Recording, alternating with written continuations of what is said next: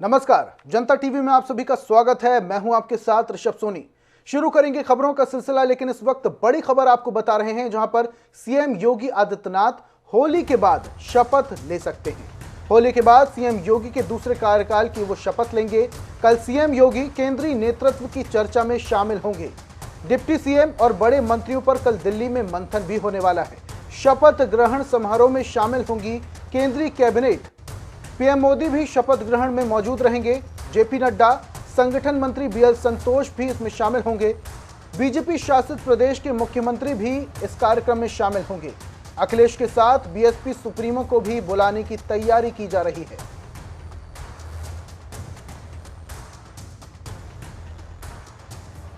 और हमारे साथ यूपी जनता टीवी के संपादक के उपाध्याय जुड़े हुए हैं। के साहब, अब होली के बाद योगी आदित्यनाथ कई सारे रिकॉर्ड बनाने के बाद एक बार फिर से मुख्यमंत्री पद की शपथ ले सकते हैं। बीजेपी शुरू से ही दमखम भर रही थी कि एक बार फिर से बीजेपी की सरकार आने वाली। इस बीच कई सारी भ्रांतियां भी उड़ी थी कि जो भी मुख्यमंत्री नोएडा जाता है वापस कभी मुख्यमंत्री नहीं बन पाता या फिर अपना पूरा कार्यकाल नहीं बना पाता है। लेकिन इन सारी भ्रांतियों को तोड़ते हुए एक बार फिर से योगी आदित्यनाथ एक बार फिर से सीएम बनने की शपथ लेने वाले हैं। इस बीच जब चुनाव प्रक्रिया चल रही थी, इस दौरान तमाम बड़ी पार्टियां भी अपनी जीत का दावा कर रही थी। सपा की अगर बात करें हम, अखिलेश यादव भी कई बार मीडिया पर भी तीखी प्रतिक्रिया करते हुए नजर आ रहे थे। लेकिन आखिरकार योगी आदित्यनाथ एक बार फिर से मंत्री पद की शपथ होली के बाद ले सकते हैं। क्या कुछ कार्यक्रम की तैयारियां चल रही हैं, क्योंकि इस बार प्रधानमंत्री समेत बीजेपी शासित प्रदेश के तमाम मुख्यमंत्री भी इस कार्यक्रम में शामिल हो सकते हैं। एक बड़ा कार्यक्रम आयोजित होगा। देखिए बिल्कुल शपथ ग्रहण की तैयारियां तो कल से ही शुरू हो गई थी, लेकिन ये 3 डेट इन्होंने भेजी थी, 3 तारीखें भेजी थी केंद्रीय नेतृत्व को शपथ ग्रहण के लिए, 15, 19 और 21। अभी ये तय नहीं हुआ है कि किस तारीख को शपथ ग्रहण होगा, लेकिन ये माना जा रहा है कि 19 या 21 में से होगा, क्योंकि 19 से पहले उलास तक है और भारतीय जनता पार्टी इस तरह के मिथक बहुत मानती है। जहां तक सवाल आपने कहा कि बहुत सारे मिथक टूटे, बिल्कुल सही बात है। 37 साल बाद किसी पार्टी ने सत्ता में दोबारा वापसी की है। इससे पहले कांग्रेस 1985 में किया था, उसके बाद कोई भी पार्टी दोबारा सत्ता में नहीं आई। दूसरा एक मिथक इन्होंने ये तोड़ा कि 1985 से पहले नारायण तिवारी ने बड़ा औद्योगिक नगर बसाया था नोएडा, लेकिन उसके बाद वो वहां गए और उसके बाद चुनाव हार गए। उसके बाद ऐसा हुआ कि कोई भी मुख्यमंत्री, चाहे वो भारतीय जनता पार्टी के रहे हों या बसपा, सपा या किसी अन्य दल के, कोई भी मुख्यमंत्री नोएडा नहीं गया। वो ये अंधविश्वास था कि जो नोएडा जाता है वो दोबारा मुख्यमंत्री नहीं बन पाता। लेकिन योगी आदित्यनाथ ने इस मिथक को तोड़ा, इस अंधविश्वास को तोड़ा, और वो कई बार नोएडा गए, कई कार्यक्रमों में गए, प्रधानमंत्री स्वयं नोएडा गए। तो सीएम योगी ने जो अपनी कार्यकाल के दौरान जिस तरह के मिथकों को तोड़ा, दूसरा उनका सुशासन का मुद्दा रहा हो, मुफ्त राशन का मुद्दा रहा हो, बुलडोजर जिस तरह से उन्होंने माफियाओं पे चलवाए, तो निश्चित रूप से योगी आदित्यनाथ ने कई रिकॉर्ड इस चुनाव में कायम किए हैं। ये पहली बार ऐसा हो रहा है कि प्रो इनकम्बेंसी वोट पड़े हैं। उत्तर प्रदेश में हमेशा एंटी इनकम्बेंसी वोट पड़ते हैं, तो प्रो इनकम्बेंसी वोट पड़े हैं। ये एक नई शुरुआत है जिसमें काम पर वोट मिले हैं। पहले फेज पे ऐसा लग रहा था कि भारतीय जनता पार्टी अपने प्रिय हिंदू मुसलमान के मुद्दे पे जाएगी, लेकिन ऐसा बाद में दिखा नहीं। पहले फेज के बाद में फिर केवल उन्होंने सुशासन पे जोर दिया, राशन पे जोर दिया, बुलडोजर पे जोर दिया और गरीबों की बात की, गरीब कल्याण की बात की। तो इस प्रकार से मुख्यमंत्री योगी आदित्यनाथ ने अपना जो दूसरे कार्यकाल की शुरुआत कर रहे हैं, मुझे लगता है कि पहले कार्यकाल से अधिक सशक्त और सख्त इस बार का कार्यकाल होगा। जी के साहब, इसके अलावा एक सवाल और मेरे मन में उठ रहा है, बहुत देर से मैं पूछने की कोशिश कर रहा हूं। केशव प्रसाद मौर्य अपनी सीट हार गए, पहले सपा में थे, उसके बाद बीजेपी में शामिल हुए। क्या इस बार जनता कंफ्यूज थी कि चेहरे को वोट देना है या फिर पार्टी को वोट देना है? देखिए, चुनाव में बहुत सारे मैनेजमेंट होते हैं। केशव प्रसाद मौर्य भारतीय जनता पार्टी के बहुत बड़ा पिछड़ा चेहरे थे। स्वामी प्रसाद मौर्य जब भारतीय जनता पार्टी छोड़ करके गए, तो उसके बाद केशव प्रसाद मौर्य ही एकमात्र ऐसे चेहरे थे जिनकी वजह से पिछड़ा वर्ग भारतीय जनता पार्टी के साथ इंटैक्ट रहा। उन्होंने अपनी चुनावी क्षेत्र में मात्र आखिरी के 1.5 दिन दिए। उससे पहले वो लगातार पूरे प्रदेश में दौरे कर रहे थे। तो उनकी मेहनत को नकारा नहीं जा सकता, नजरअंदाज नहीं किया जा सकता। उनकी मेहनत और जिन जहां पर पिछड़ा बाहुल्य इलाके थे वहां केशव प्रसाद मौर्य की सभा लगाई गई।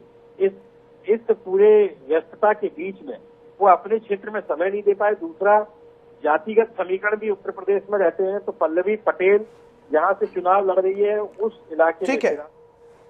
ठीक है केके जी, बहुत बहुत शुक्रिया तमाम जानकारियां देने के लिए। उत्तर प्रदेश में 3 दशक बाद किसी पार्टी की लगातार दूसरी बार सत्ता में वापसी के जश्न के बीच में उत्तर प्रदेश के कार्यवाहक मुख्यमंत्री योगी आदित्यनाथ रविवार यानी कल नई दिल्ली के दौरे पर रहेंगे। नई दिल्ली में योगी आदित्यनाथ की बीजेपी के शीर्ष नेतृत्व से मुलाकात होगी। इसके बाद उत्तर प्रदेश में नई सरकार के गठन की प्रक्रिया को रफ्तार मिलेगी। प्रधानमंत्री नरेंद्र मोदी के गुजरात में लगातार 2 दिन के दौरे में व्यस्त रहने के कारण उत्तर प्रदेश के कार्यवाहक मुख्यमंत्री योगी आदित्यनाथ अब रविवार को उनके साथ ही बीजेपी के अन्य शीर्ष नेताओं के साथ भेंट करेंगे। सीएम योगी आदित्यनाथ की भाजपा के अध्यक्ष जेपी नड्डा, गृह मंत्री अमित शाह, राजनाथ सिंह, धर्मेंद्र प्रधान तथा संगठन के बड़े पदाधिकारियों के साथ मुलाकात का कार्यक्रम है। उत्तर प्रदेश विधानसभा चुनाव में भारतीय जनता पार्टी के बाद सबसे बड़े दल समाजवादी पार्टी के अध्यक्ष अखिलेश यादव ने बड़ा खेल कर सकते हैं। उत्तर प्रदेश के पूर्व मुख्यमंत्री अखिलेश यादव ने समाजवादी पार्टी के टिकट पर इटावा के जसवंत नगर से विधायक निर्वाचित प्रगतिशील समाजवादी पार्टी के राष्ट्रीय अध्यक्ष शिवपाल सिंह यादव को नेता प्रतिपक्ष बनाने पर विचार कर रहे हैं। समाजवादी पार्टी के अध्यक्ष अखिलेश यादव ने नई परंपरा प्रारंभ कर दी है।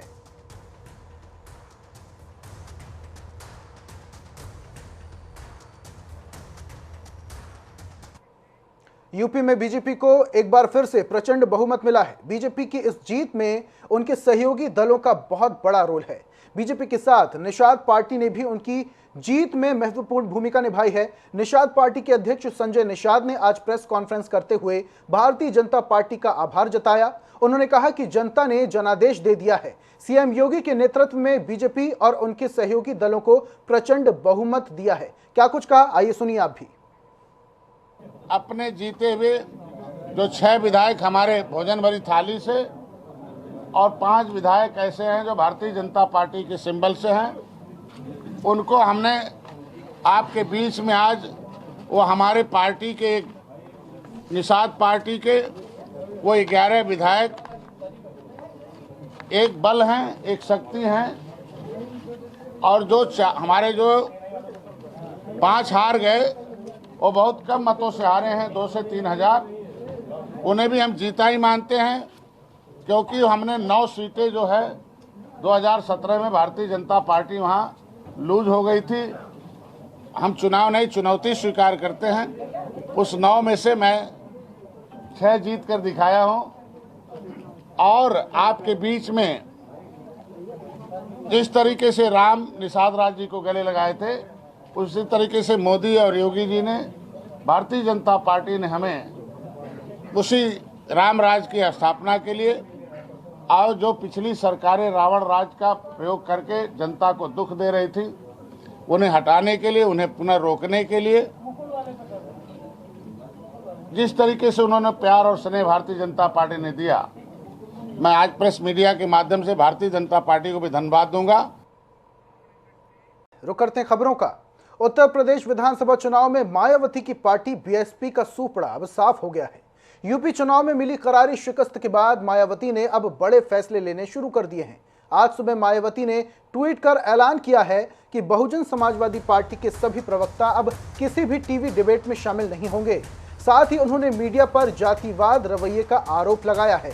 मायावती ने अपने ट्वीट में लिखा, यूपी विधानसभा चुनाव के दौरान मीडिया की ओर से अपने आकाओं के दिशा निर्देश में जो जातिवादी, द्वेषपूर्ण और घृणित रवैया अपनाकर अंबेडकरवादी बीएसपी मूवमेंट को नुकसान पहुंचाने का काम किया गया है, वो किसी से भी छिपा नहीं है।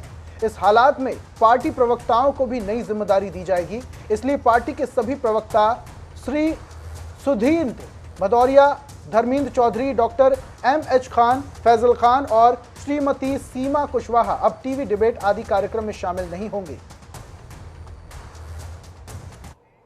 कानपुर देहात के अकबरपुर थाना क्षेत्र के प्राथमिक विद्यालय से दिल दहला देने वाला मामला सामने आया है। दरअसल स्कूल में पढ़ने वाले 75 छात्रों को एक साथ पेट के कीड़े मारने की दवाई खिला दी गई, जिसके कुछ ही देर बाद बच्चों की तबीयत खराब होने लगी और बच्चे बेहोश हो गए। ये सब देखकर स्कूल प्रशासन घबरा गया। ऐसे में परिजनों ने स्कूल प्रबंधन का घेराव किया। सूचना मिलते ही मौके पर भारी पुलिस बल और स्वास्थ्य विभाग की टीम पहुंची। बच्चों की नाजुक हालत को देखकर सभी को इलाज के लिए जिला अस्पताल में भर्ती करवाया गया है।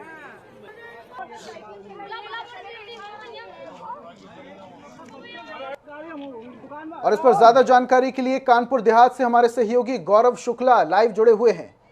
गौरव, बच्चों को पेट में कीड़े मारने वाली दवाई खिला दी जाती, किस तरीके से लापरवाही की गई है? क्योंकि इससे पहले भी कई बार स्कूल प्रबंधनों द्वारा पूरे देश से अलग अलग तरीके की खबरें आती हैं जहां लापरवाही उनके मिड डे मील में, उनके खाने में बरती जाती है और उसका सीधा असर बच्चों के स्वास्थ्य में पड़ता है, और इस बार तो जान पर बनाई है।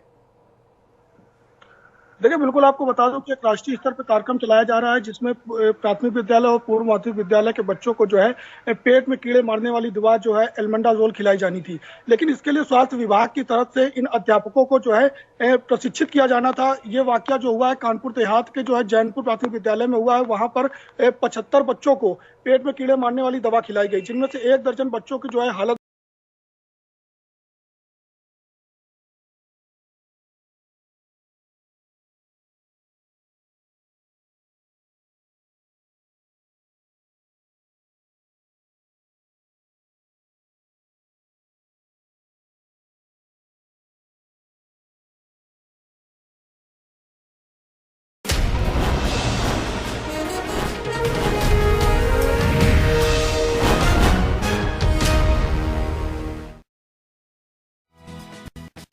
आपके मोबाइल पर हरिभूमि का ई पेपर